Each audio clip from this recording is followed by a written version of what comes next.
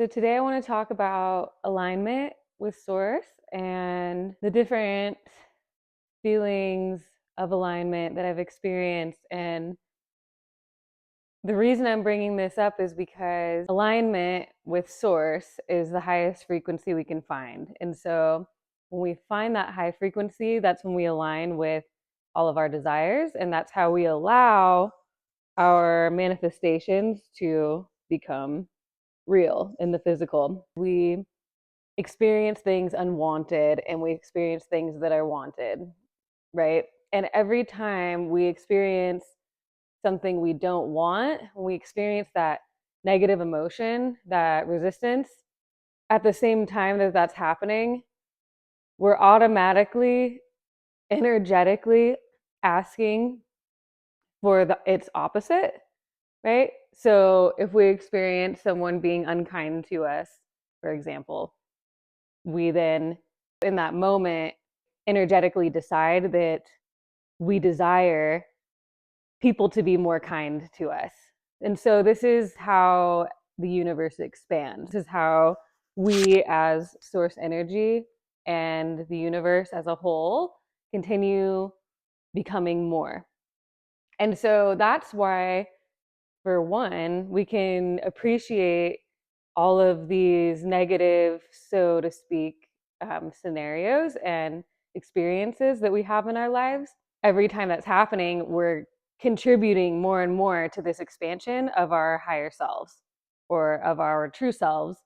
And so, what we typically do as humans in this contrasting environment, because we haven't been taught, most of us, right, like that we are source energy, that we are the creators of our reality. We haven't been taught any of this stuff. And so we've just kind of go through life, and most of society does this, is we go through life just reacting to what is manifested, which is okay because, right, every time you're doing that and you're reacting to something that's unwanted, you're adding to your vibrational escrow or your fully expanded version of yourself, right?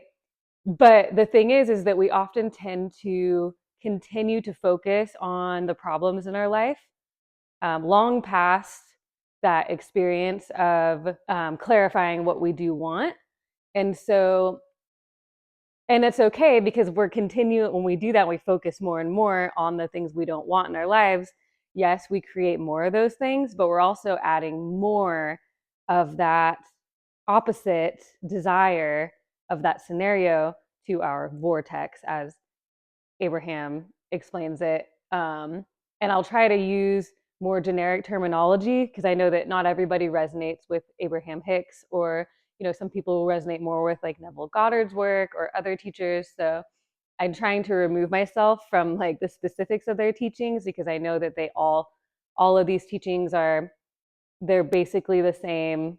They're all the same thing, just using different words to describe the same teachings. So back to what I was saying with how we tend to continue to focus on the negative aspects in our lives.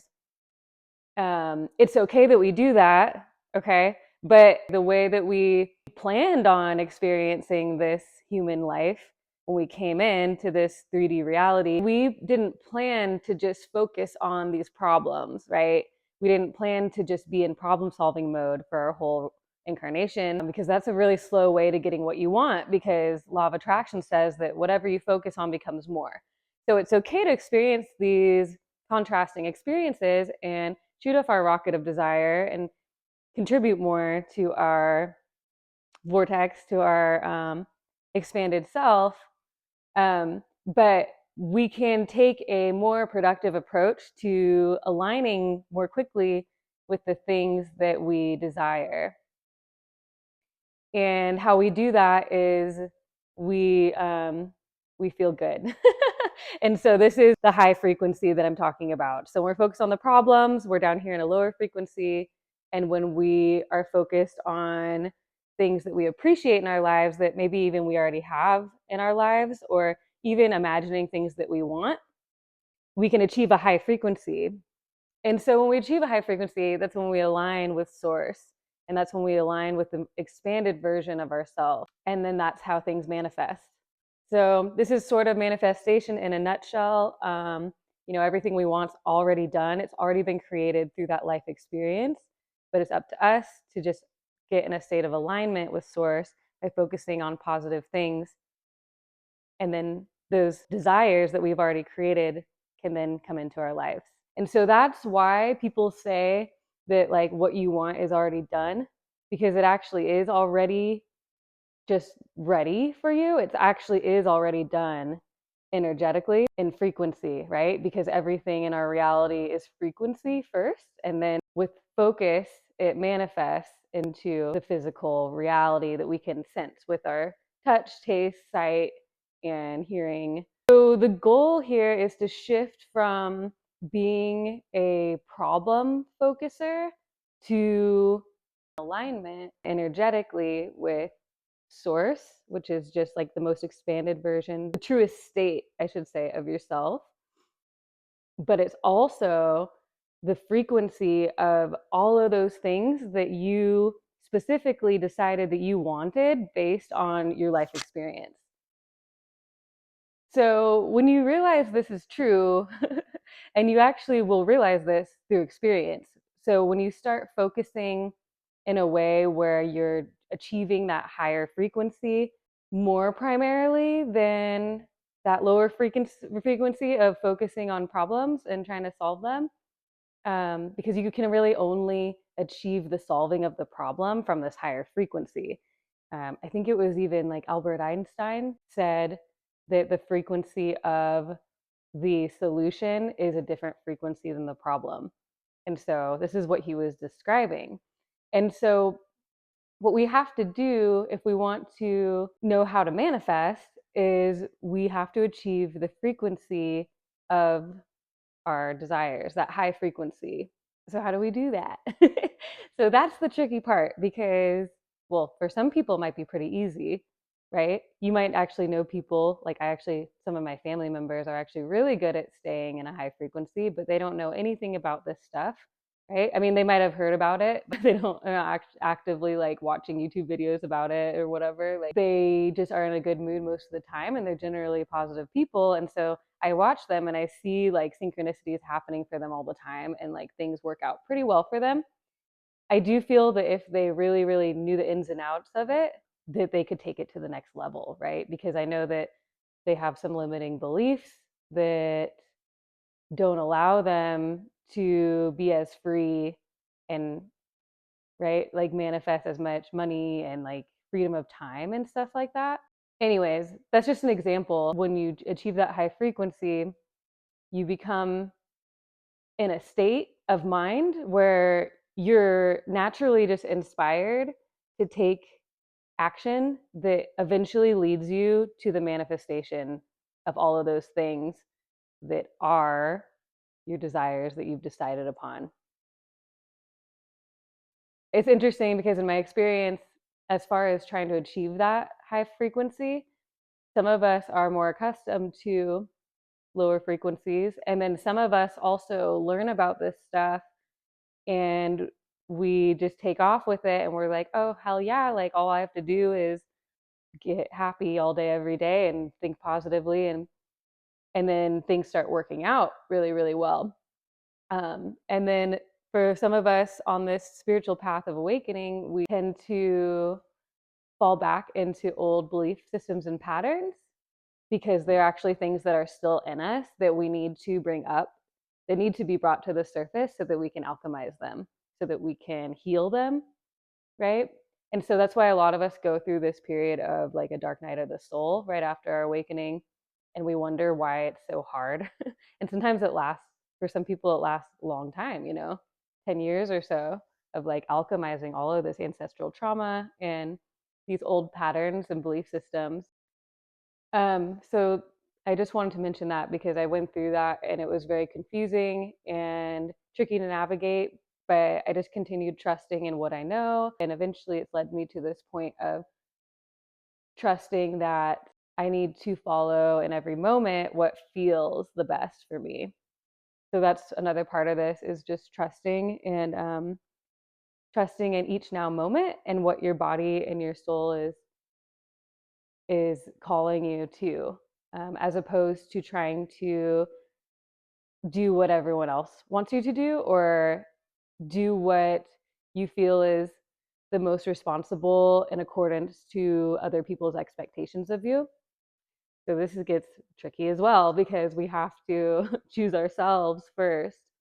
And with the idea that when we choose ourselves first and we follow what's aligned with our heart, and just, it could be anything in each moment. It doesn't have to be some big thing. It's usually just little actions we take in each moment that eventually lead us, like I said, to all the things we want. So it just takes really just trusting that when we are choosing ourselves in that way and we're living in that way every day, that ultimately it's going to serve everybody around you because it's going to bring in more abundance. You're going to be your best self so that you can show up and hold space for others. You really don't have anything to give when you're in a state of people pleasing, when you're in a state of self sacrificing and self abandonment, because in your perception, you think that it's the right thing to do for others. You don't really have a lot to give in that state of being, especially when you wake up to these ideas and these truths. Um, you really can't go back to that because once you know higher and better, you have to stay there or else it's very uncomfortable, right? I'm sure some of you, if you're watching this, I'm sure some of you have experienced that. So there's different ways of getting in alignment with your desires. You can just make lists of things that feel good, which is what I used to do, and it used to work for me really well. Now it's more about just being present in the now in every moment for me, and breathing more deeply, being more consciously aware of my thoughts and how I'm feeling, and knowing that I can adjust how I feel, that I'm not a victim. If there's something physically going on with me, it's a little bit harder, but that's when you just have to know that you just need to keep resting and giving yourself that space to heal. It's just that constant trust in that there's more light and there's more love to be had, and to just relax more into that. I also practice meditation, which helps a lot. And the reason I'm making this video is because I was just quieting my mind like I do after I do yoga every morning. And during that quieting of the mind, I actually found a more peaceful state than I have in quite some years. I know the energy is moving a lot faster right now, so it's been a little harder for me to achieve that. But I just wanted to mention it because you can also find alignment just by quieting the mind and finding very, very deep release, and just kind of letting go of all your thoughts and soothing yourself into deeper peace. And stillness is a really good way to achieve that. So